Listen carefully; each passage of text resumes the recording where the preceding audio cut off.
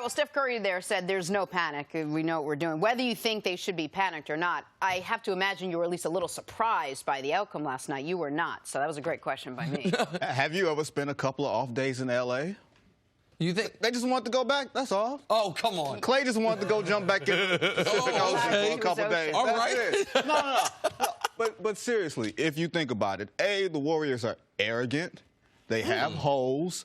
And the Clippers don't care who they are. I figured out what holes just sounded like there. But yeah. They You have look at your holes face. on their roster. Yeah, go ahead. Yes. In the roster. Yeah. So, and the Clippers don't care about the Warriors' pedigree. They don't care that they are the two-time defending champions and all this other type of stuff. Lou Williams and Montrezl Harrell and Pat Beverly are dogs, and I say that affectionately. So they don't care about any of that other type of stuff. They had nothing to lose. The Warriors' defense has a lot of quote-unquote holes in it. You're giving up 135 points on your home floor. That's not about Steph Curry missing a lot of shots. It's not about KD's 40 not being enough. Those are fundamental problems that they have. And when everybody said the Warriors are light years ahead of everybody, I just think that's a misnomer in NBA history. By the third year of your championship run or fourth year, whatever it is, the league is caught up. And I think the league is caught up. They're still better, but the margins are thinner. Yeah, Steph talked about that. They don't have that cushion they used to have before. A younger Andre Iguodala had more spring, could give you a 20-point game. You don't see that. Sean Livingston was automatic off the bench. He would come in, be able to shut guys down, be able to run their offense, and he would chip in 8 to 12 points. Give you 4 awkward 11-foot elbow jumpers and make them all. Right, and you can say, well, Draymond's playing a little bit better than he did during the season. He seems to be in better shape, but that toe problem he had during the regular season, he is not the same basketball player, so they're not as deep. Their defense is not as good. And Steph mentioned it in the press conference. People play them different. People are used to their passing and their speed. So in that third year of trying to repeat, people have gotten used to it. So it's not the shock. And the Clippers, man, this is how they play. This is how Doc Rivers play. You talking about teams take on the characteristics of their coach? That's how they are. Scrappy, man. That's Doc Rivers. That was his whole career. And in a series, Doc Rivers has made this like the 80s, like he played, clutching, grabbing. And Steph is having a problem with the way that they're defending him. So, man, the Clippers, they are a reflection of their head coach and Doc Rivers in the series. You don't think, though, Nick, that this series is going a lot like the regular season went, where some days they bring the intensity, some days they don't. Some days with a good defense, some days they don't. It is going the way the regular season went. There's no switch that they said they were just going to flip. And when unlike Vinny, I'm shocked by it. I am shocked by last night. Because what do the great teams in NBA history do?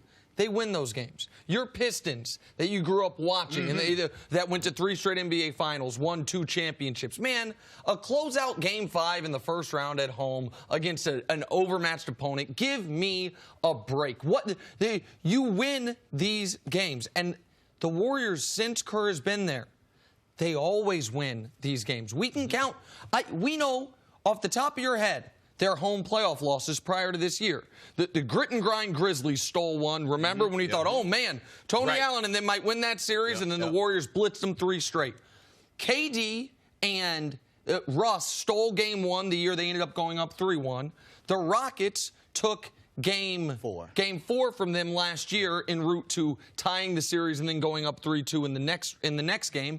And then there's 3 games against LeBron in the finals. The first year in the finals, the overtime Game 2, where LeBron was just amazing with no Kyrie and Kevin Love. And then part of Game 5 and Game 7, the year the Warriors didn't win the title. That's the entirety of their home playoff losses under Steve Kerr until this year, where it's 2 games to the Clippers. And in those losses, here's what they have scored if you're the Warriors. 90, 93, 102, 97, 99, 89, 92. It's because the other team shut them down defensively. Now, they've scored 131 and 121 and lost. Well, they've allowed 129 and 135 in home playoff games to the Clippers. That shocks me. It shocks me. Well, here's the thing. When the Warriors first started out with Steve Kerr as head coach, they played a way that the league was not prepared to play. And this is a copycat league. So everybody figured out, okay, we're going to shoot a lot of threes. We're going to move the ball. And so even when we get blitzed, we're not out of games. Like, we can go down 20 in the rhythm of the game. We know we can make a comeback. Teams aren't as afraid of those blitzes anymore. Like when KD had that dunk and Oracle went crazy, yes, you could tell they exhaled. They said, we've got the lead. We're going on to the next round. I thought it was over. Everybody, and here's why. We are accustomed to the rhythm of a playoff series. Two teams, whether evenly matched or not, there's two teams, and once you can see that both teams have decided who the better team is, the series goes on as such. The problem is the Clippers don't care that they're not the better team, and the Warriors don't care that they're the better team either. That's going to affect everything else from now on. They're getting softened up. I'm not saying they're not going to win the title. I think they're still favorites, but I think you're seeing holes that can affect them later on, whether it's against Houston, Portland, San Antonio, whoever they face down the line. Were you also surprised then that this team couldn't adjust to what the Clippers were doing? Because usually if you're the Warriors, you figure it out. Maybe you find yourselves down, you adjust, in the second half, you turn it around. They just couldn't seem to get themselves on the same page. Well, Montrezl Harrell basically is a more athletic Draymond Green on that. He's their Draymond Green, right? Except without the mileage on his body. So he's younger, a little more athletic, a little more springs. That was their problem, and Lou Williams is going to make shots. You're used to that. You're not expecting Harrell to go 11 for 14 or whatever it was and getting in that dunker spot and kicking out to shooters and everything else. That's not what. It's not a matter of preparation or X's and O's. They just didn't feel. I won't say they didn't feel like it. They couldn't muster up the intensity the way that the Clippers what it was. This is the problem. When you start an athletic competition, you can't turn the switch on once the game has started. And from the beginning, the Clippers were in an all-out attack mode. They got a great game plan, but the overall, how they're going to defend and how they're going to go at the Warriors, you have to turn that switch on before the competition starts. If you got better talent, if you try to do that once the game starts, it's too late because your body, your mind already knows. You've given me, you told me, man, this is going to be easy. Clay had started talking about it, man. The Rockets, man, they want another chance at us. They had already looked beyond that. When the series is going to start with the Rockets, and in pro sports, you don't give that opposition the credit that they deserve, that's when upsets occur. Now, from a credit standpoint, let's give KD credit.